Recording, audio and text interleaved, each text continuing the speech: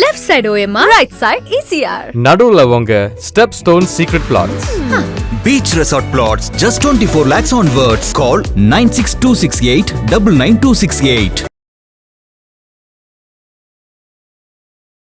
தாவேகா ஆட்சியிலையும் அதிகாரத்திலையும் பங்கு கொடுக்குறேன்னு சொல்லியும் ஒரு கட்சி கூட கூட்டணிக்கு வரலையே, அந்த கேள்வி தொடர்ந்து வச்சுக்கிட்டே இருக்காங்களா? காங்கிரஸ்ல நடக்கிற கலகம் தெரியுமா உங்களுக்கு? கலகம் தெரியும், ஆனா இன்னும் அதிகாரப்பூர்வமா வரல. அது வந்ததுக்கு அப்புறம் பேசலாம். அவங்களுக்கு வேற வழி என்ன? ஏன்னா பிரவீன் சக்கரவர்த்தியும் சொல்லிட்டு இருக்காரு. நேத்துக்கு அவர் பேட்டி கொடுக்குறாருங்க புதிய தலைமுறைக்கு. ஒரு சக்தியா வந்துருச்சு, மாற்று சக்தியா வந்துருச்சு. மூணாவது பெரிய சக்தி வந்து 18% ஓட்டு அவங்களுக்கு வந்தாச்சுன்னு சொல்றாருங்க. ஏன்னா இன்னொரு பக்கம் தாவேகாலே 34% 40%, இப்ப 18% பிரவீன் சக்கரவர்த்தி அவர் சொல்றாரு. நம்ம எதை எடுத்துக்கலாம்? இல்ல காங்கிரஸுக்கு நோ அதர் வே, அவங்களுக்கு வேற வழி கிடையாது. அதிமுகவும் திரு விஜய் அவர்களை விமர்சிக்க ஆரம்பிக்கிறாங்களே, அவங்களுக்கு வேற வழி கிடையாது. அவங்க அம்மனம் ஆயிட்டாங்க. கூட்டணிக்கு யார் தலைவர்னு இன்னும் எடப்பாடி தான் தலைவர்னு அவர் நினைச்சிட்டு இருக்காரு. அதுக்கு பிறகு பேசுற பிரதமர் தேசிய ஜனநாயக கூட்டணியின் ஆட்சிங்கிறார். அவருக்கு பதில் சொல்ற இடத்துல எடப்பாடி இல்லை. அந்த இடத்த தான் தாவேகா நிரப்புது. அந்த எம்ஜிஆர் ஜெயலலிதா இந்த ஃபேன்ஸ் இருக்காங்களா, அவங்கெல்லாம் சத்தம் இல்லாமல் எங்கிட்ட வந்துட்டே இருக்கும். என்னுடைய கணிப்பு சரியாக இருக்குமானா ஒரு 7 தொகுதியை தாண்ட மாட்டாங்க அதிமுக. இப்போ தாவேகா எத்தனை தொகுதி வெற்றி பெறும்? தாவேகா இது நான் அதீத நம்பிக்கை இல்லை காங்கிரஸும் வந்துட்டுன்னா தங்க பதக்கத்தில் முத்து பதித்தது போல ஆயிடும். எல்லா வீட்லையும் 2 ஓட்டர், ஒரு ஓட்டருக்குன்னாரு ஆதவர்ஜனா. நாஞ்சில் சம்பவத்தை உங்க மூலமா சொல்ற 2 ஓட்டர் வேட்பாளர்கள்லாம் தேர்வு செய்ய போறாங்க. இப்போ விருப்ப மனுக்கள்லாம் கூட கட்சி தலைமை வழங்குது. என்னன்னா ஒரு வேட்பாளர் கிட்டத்தட்ட 1 கோடி ரூபா கேட்கறதா ஒரு தகவல்லாம் வந்திருக்கு. ஏன்னா சாமானியர்கள் தான் தாவேக்கால அதிகமாக இருக்கிறதா சொல்றாங்க. இவங்கள்ட்ட போய்ட்டு 1 கோடி ரூபா கேட்கறது. ஏன்னா இப்போ சமீபத்தில் தாவேக்காக்கு சின்னம் ஒதுக்குனாங்க எலெக்ஷன் கமிஷன், விசில் சின்னம். அது தமிழில் மடக்கு ஊதி. அதை அந்த கட்சியோட ஒரு நிர்வாகி சாட்டை துரைமுருகன் ஒரு தவறாக விமர்சிக்கிறதா. நான் அவருக்கு பதில் சொல்கிற இடத்துல இல்லை. நான் எச்சரிக்கையாக இருந்துக்க சீமான் ஒன்று வீட்டில் நுழையாமல் பார்த்துக்கொண்டு.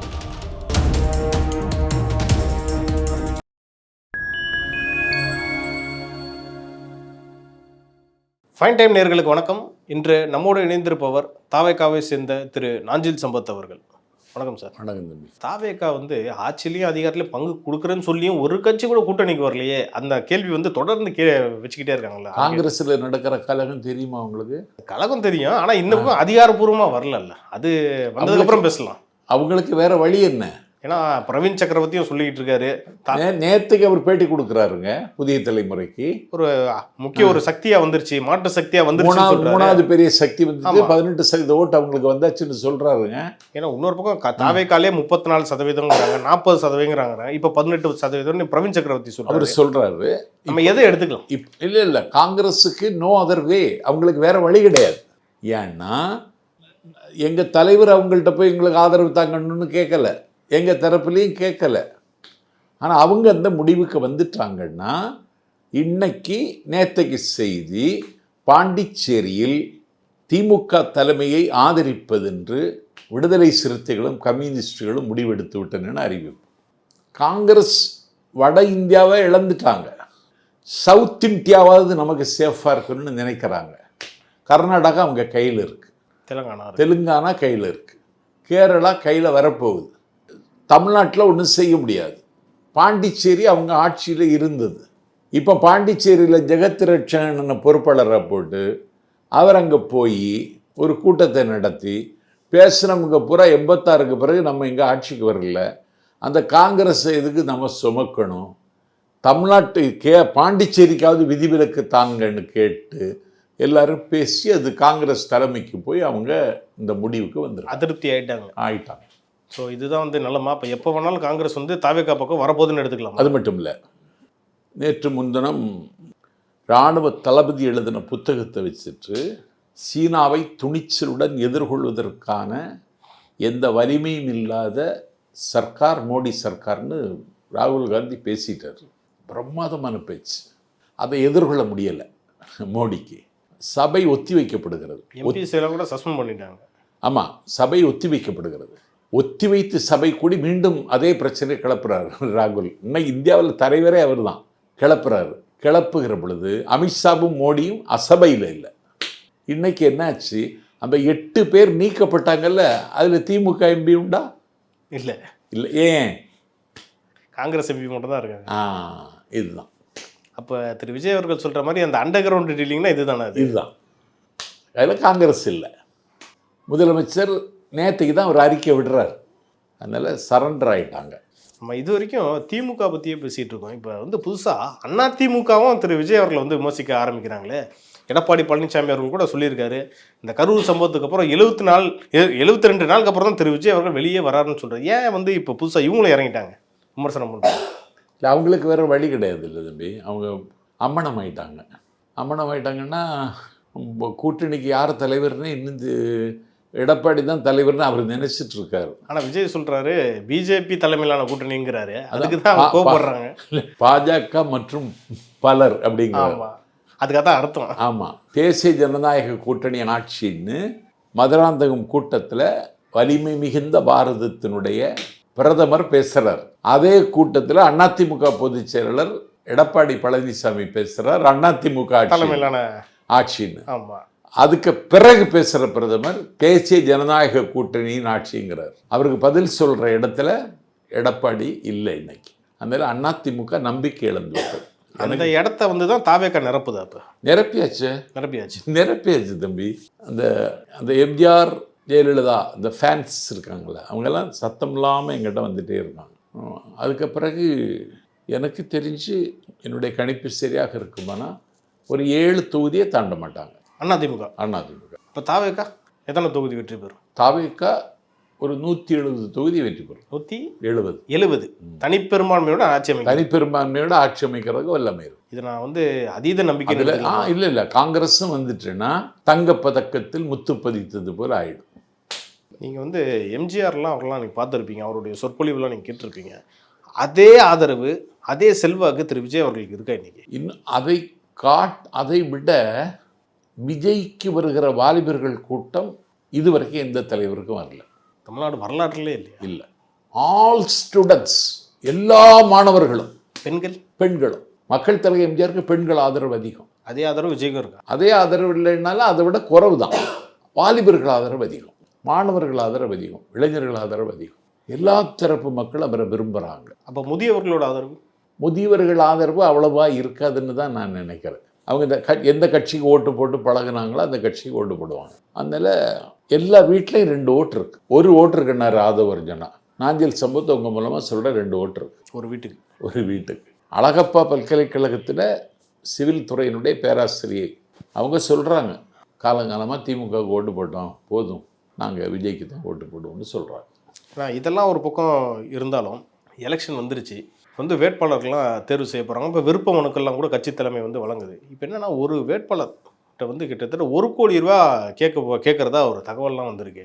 ஏன்னா சாமானியர்கள் தான் தாவேக்கள் அதிகமாக இருக்கிறதா சொல்கிறாங்க. இவங்ககிட்ட போய்ட்டு 1 கோடி ரூபா கேட்குறது, 1 கோடி கேட்கறது மாதிரி எந்த திட்டமும் தலைவர்கிட்ட இல்லை. ஒரு கேட்டதாக ஒரு தகவல் நானும் பார்த்தேன், ஆனால் அப்படி ஒன்றும் கேட்கல. ஆனால் இதை தான் வந்து பல கட்சிகள் வந்து விமர்சிச்சுக்கிட்டு இருக்காங்களே. இல்லை, இப்போ வேட்புமனு தாக்கல் விருப்ப மனு கொடுக்கும் பொழுது இவ்வளோ ரூபா கட்டணும்னு எல்லா கட்சியும் ஒரு ஃபார்மாலிட்டி வச்சுருக்காங்க. 1 லட்சம் கேட்கும் திமுக, அதிமுக 1 லட்சம் கேட்கும். ஜெயலலிதாவுக்கு பேரில் மட்டும் 234 பேர் கேட்டுவான். எவ்வளோ லட்சம் ஆச்சு? 2 கோடியே 34 லட்சம். அந்த ரூபாய் திருப்பி கொடுக்க மாட்டாங்க.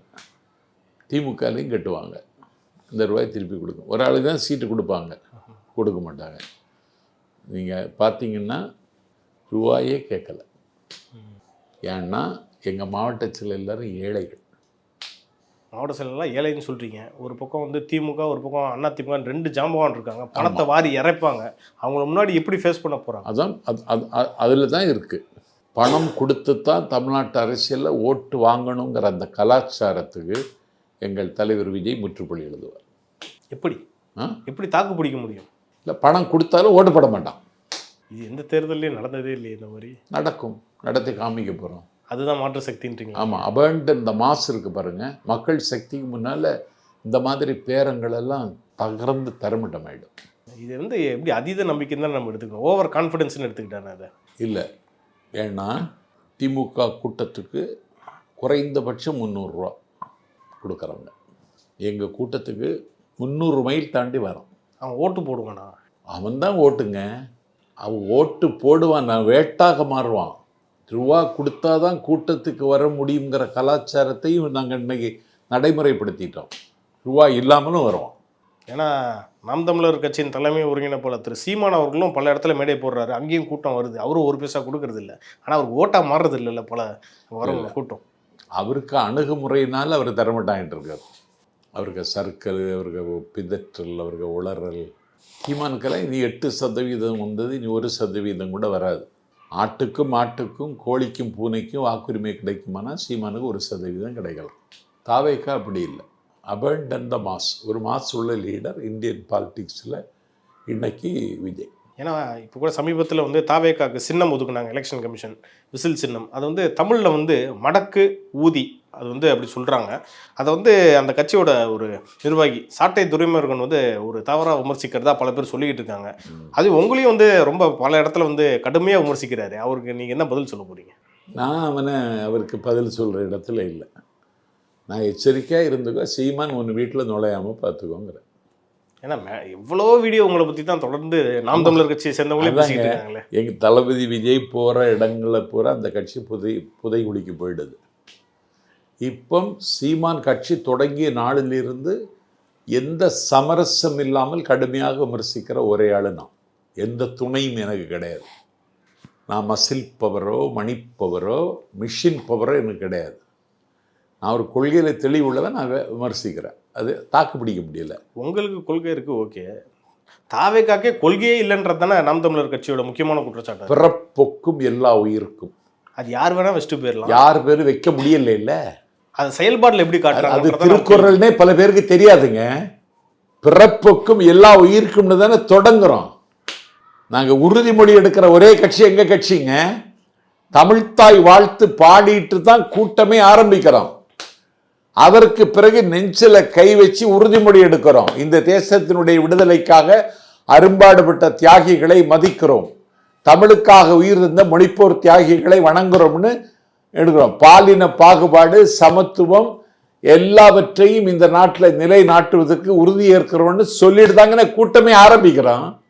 கொள்கை உள்ள கட்சியை இன்னைக்கு தமிழ்நாட்டில் தாவேக்காதாங்க. வேற எந்த கட்சிக்கும் கொள்கையே இல்லையா? வேற கொள்கை இருக்கு, காப்பாத்தல அவங்க. தாவேக்கா எந்த வகையில் அதை காப்பாத்திக்கிட்டு கேளுங்க. இந்திய எதிர்க்கிறது திமுக. 1.5 லட்சம் மெட்ரிகுலேஷன் பள்ளி யாருக்கு ஆட்சியில் வந்துச்சு? இருமொழி கொள்கையில உறுதியா இருக்காரு எங்க தலைவர். திமுகவும் உறுதியாக தானே இருக்கு. இல்லையே. எப்படி இல்லைன்றீங்க? நான் கேட்கிறேன், அப்படின்னா இந்த 1.5 லட்சம் பள்ளி எங்கிருந்து வந்தது? அரசு பள்ளி 206 பள்ளி மூடிட்டாங்க தம்பி. அரசு பள்ளியில படிச்சவன் தான் விண்ணிலை விந்தைகள் செய்த மயில்சாமி அண்ணாதுரை. அது தனியார் பள்ளி மெட்ரிகுலேஷனா இருக்கு. அதைத்தான் அரசு பள்ளி, திண்ணைப்பள்ளி கோலத்துல படிச்சவர் மயில்சாமி அண்ணாதுரை. அரசு பள்ளியில படிச்சவர் தான் விழுப்புரத்தினுடைய ஞானவேலு. அரசு பள்ளியில படிச்சதான் இன்னைக்கு இருக்கிற நாராயணன். அரசு பள்ளியில படிச்சவர் தான் அப்துல் கலாம். இல்ல நீங்க கேக்குறீங்களே, திமுக வந்து மும்மொழி கொள்கையை வந்து திணிக்கிறாங்க அப்படின்ற மாதிரி சூசகமாக திணிக்கிறாங்கன்றீங்க. அவங்க வந்து மெட்ரிகுலேஷன் பள்ளியை வந்து தனியார் மயமாக்குறாங்க, தனியார் கல்வின்னே வச்சுக்கலாமே. அது வந்து நீங்கள் ஏன் வந்து திமுக தான் காரணம்னு சொல்கிறீங்க? அந்த பள்ளிகளை நீங்கள் திறந்தீங்கல்ல, அவங்களுக்கு ஏதாவது டைரக்ட் பண்ணீங்களா நீங்கள்? உலகத்தில் எந்த நாட்டிலங்க ஒரு தாய்மொழி கல்வி மறுக்கப்படுகிற நாடு வந்து தமிழ்நாடுன்னு ஆயிடுச்சுங்க. எம்ஏ படிக்கிற வரைக்கும் தாய்மொழியை படிக்காமலே பாஸ் பண்ண முடிகிற இடம் தமிழ்நாடு தாங்க. நிறைய சீர்திருத்தங்கள் செய்ய வேண்டியது இருக்குது. எங்கள் தலைவர்கிட்ட the England expects that every man do his duty. நாடு உங்களிடமிருந்து நிரம்ப எதிர்பார்க்கிறதுனா, கப்பற்படை தளபதி நெல்சன், நாடு ரொம்ப எதிர்பார்ப்பை அவர் பூர்த்தி செய்வார் என்று நம்புகிறேன் நான். அவர் வந்து ரொம்ப நம்புறீங்க. இன்னொரு பக்கம் வந்து தாவேக்கா தலைவர் திரு விஜய் அவர்கள் வந்து தேர்தலில் போட்டியிட மாட்டார் அப்படின்ற மாதிரியும் அவ்வளோ செய்திகள்லாம் வருது. இதெல்லாம் அதாவது அந்த பிம்பத்தை உடைக்கிறாங்க. அதெல்லாம் அது எப்படி தலைவர் போட்டியிடாமல் எப்படி இருக்க முடியும்? ராமதாஸ் அவர்களும் எந்த தேர்தலையும் போட்டியிட்டது இல்லை. அது மாதிரி வந்து திரு விஜய் அவர்கள் இருக்கலாம்ல. இவர் மாஸ் லீடருங்க, அவருக்காக தான் கட்சி. அவர் பின்னாடி நம்பி தான் இருக்காங்க. அதனால அவர் போட்டியிடுவார். ஏன்னா அவர் வழி நடத்துறாரு, அவர் தேர்தலெல்லாம் போட்டியிட மாட்டாரு, அதனால தான் வந்து பிரஸ் கூட யாரையும் மீட் பண்றதில்ல அப்படின்ற பேச்செல்லாம் அப்படி இல்லை. அவர் போட்டியிடுவார். அவர் தொகுதி அவரே மனசில் வச்சிருப்பாரு. எந்த தொகுதின்னு இப்போ எல்லாம் 10 நாளில் தெரிஞ்சிடும் எல்லாமே. அதனால தான் வந்து எல்லா தொகுதியிலையும் நானே நிக்கிறேன், மதுரை மேற்கு மதுரை தெற்கு அப்படின்ற மாதிரி அப்படிதான் சொல்லணும். நானே நிக்கிற மாதிரி ஓட்டு போடுங்கன்னு சொல்றது அதுதான் காரணம். அப்படிதான் சொல்லணும். ஒரு தலைவர் அப்படிதான் சொல்லணும். எல்லா தொகுதியிலையும் நானே நிற்பதாக கருதி கொள்ளுங்கள். ஏன்னா வெளிச்சம் இல்லாத வேட்பாளர்கள், புதுமுகமாக இருக்கிறவர்கள். இப்போ அண்ணன் கே என் நேரு நிற்கிறாருன்னா அவரை எல்லாருக்கும் தெரியும். சக்கரபாணி நிற்கிறாருன்னா அவரை எல்லாருக்கும் தெரியும். சரி சரி, இது வரைக்கும் தாவேகா எப்படி ஒரு மாற்று சக்தியாக வரும்னு நினைக்கிறீங்க? மக்கள் மத்தியில் உண்மையிலே நம்பிக்கை இருக்கா இல்லையா? மக்கள் மத்தியில் நம்பிக்கை இருக்கா இல்லையான்னு கேட்குறீங்களே, அவருக்கு கூட்டம் வேற யாருக்காவது வருதா? அதுவும் பகலில் நடிகை வந்தாலும் கூட்டம் வருதுன்ற மாதிரி அந்த ஒரு காணொலிகளும் இருக்கு. அது வடிவேலுக்கு கூட்டம் வருதுன்னு சொல்கிறாங்க திமுக. வடிவேலும் விஜயும் ஒன்றா பார்க்குறீங்களா நீங்கள்? இல்லை, நான் தான் கேட்குறேன். வடிவேல் அவர்களுக்கும் அவ்வளோ கூட்டம் வருது, அதெல்லாம் ஓட்டா மாறலையேன்றதான் என் கேள்வி. வடிவேலுக்கு கூட்டம் வர்றதும் விஜய்க்கு வர்றதையும் ஒப்பிடாதீங்க. எப்படி ஒப்பிடாமல் இருக்க முடியும்? ஏன்னா விஜய் வந்து லட்சக்கணக்கான இளைஞர்களின் நம்பிக்கை அவர். கேட்டிங்களா? வடிவேல் அப்படி இல்லை. அவர் ஒரு காமெடி நடிகர். அவரை நீங்கள் பயன்படுத்திக்கிடலாம் சிரிப்பதற்காக. ஏன்னா பிரபல நடிகை ஒரு கடை திறப்புக்கு வந்தால் கூட கூட்டம் வரும். லட்சக்கணக்கில் கூட்டம் வருது, அவங்கள பார்க்க வருது. அவங்களாம் நாளைக்கு ஓட்டு போடுவாங்கன்னு நம்ம எடுத்துக்கலாமா? அவங்களுக்கு இல்லை, அவங்க ஓட்டு கேட்க மாட்டாங்களே. அவங்க கேட்குறாங்களா? இல்லை, அவங்க நாளைக்கு அரசியலுக்கு வந்து ஓட்டு கேட்டால் அவங்க ஓட்டு உள்ள நினைக்கிறேன். அதெல்லாம் கிடையாது. நீங்கள் அந்த இடத்துல வச்சு பார்க்கக்கூடாது விஜயை. இன்னைக்கு பெரியார்க்க சிலையில் கருப்பு காவிச்சாயம் பூசி, பெரியார் சிலையில் கையில் காவி கொடியை கொடுத்து, பெரியாரை இருட்டடிப்பு செய்து பெரியாரை கொச்சைப்படுத்துகிறாங்க. இந்த நாட்டில் தான் பெரியாரை கொள்கை தலைவராக முன்மொழிகிறார். திரு விஜய் அவர்களுக்கு உண்மையிலேயே அரசியல் ஞானம் இருக்கா? ஏன் அவர் வந்து ப்ரெஸ்ஸை மீட் பண்ண மாட்டார்? இல்லை பயம்? இல்லை, ப்ரெஸ்ஸை மீட் பண்ணாததுக்கு என்ன காரணம்னு அவர்கிட்ட தான் கேட்கணும். ப்ரெஸ்ஸை மீட் பண்ணால் தான் அரசியலா? இல்லை, நான் அப்படி கேட்கல. உண்மையிலே அவருக்கு அரசியல் ஞானம் இருக்கா இல்லையான்றதை நம்ம வந்து மக்கள் மத்தியில் எல்லாம் தெரிஞ்சுக்கலாம்ல, அதுக்காக கேட்குறேன். அது அவர் கூட்டத்திலே வெளிப்படுத்திடுறாரு. கூட்டத்தில் வெளிப்படுத்துறாரு, எழுதி வச்சு கொடுத்ததை படிக்கிறாரு. இப்போ வந்து நாங்கள் ஒரு ரிப்போர்ட்டர்ஸ் வந்து கேட்க போகும்போது பதில் சொல்றது வேற. இங்கே பாருங்க, பாஜக மற்றும் பலர் அப்படின்னு சொன்னார்ல, அதில் எவ்வளோ அரசியல் இருக்கு? இல்லை, அரசியல் இருக்கு சார். அதைத்தான் சொல்கிறேன். அதை நான் வந்து ஒரு ரிப்போர்ட்டராக கேட்கும்போது ஸ்பாட்டில் பண்ண ரிப்ளை பண்ணுறது இருக்குல்ல, அது கேட்குறேன். இல்லை, ப்ரெஸ்ஸஸ் ஒருவர் தன்னுடைய எண்ணத்தை வெளிப்படுத்துவது, பத்திரிகையாளர் மூலமாக வெளிப்படுத்துவது தவறில்லை. பத்திரிகையாளர் மூலமாக தான் வெளிப்படுத்தணுங்கிற அவசியமும் இல்லை. ஏன்னா காலகாலமாக அப்படி தான் நடந்துக்கிட்டு இருந்துச்சு. அதை மாற்றணும்ல. அதை மாற்றிக்கணும். ஒரு பேட்டர்னை மாற்றுறோம், அவ்வளோதான். ராத்திரி கூட்டம் போட்டது இன்னைக்கு பகலில் 10 மணிக்கெல்லாம் கூட்டம் போடுறோம். இது இப்படி தான் நம்ம எடுத்துக்கலாமா? ஆமாம், எடுத்துக்கலாமே. சமகால அரசியல்னு எடுத்துக்கணுமா? அதை இல்லை, அணுகுமுறை மாறிடும் தம்பி. காலத்துக்கு காலம் பேட்டர்ன் மாறிடும். பொறுத்து இருந்து பார்ப்போம் சார். எலெக்ஷன் வந்துருச்சு, ரிசல்ட் வந்ததுக்கப்புறம் இதே மாதிரி நம்ம உட்காந்து டிஸ்கஸ் பண்ணலாம் சார். நன்றி.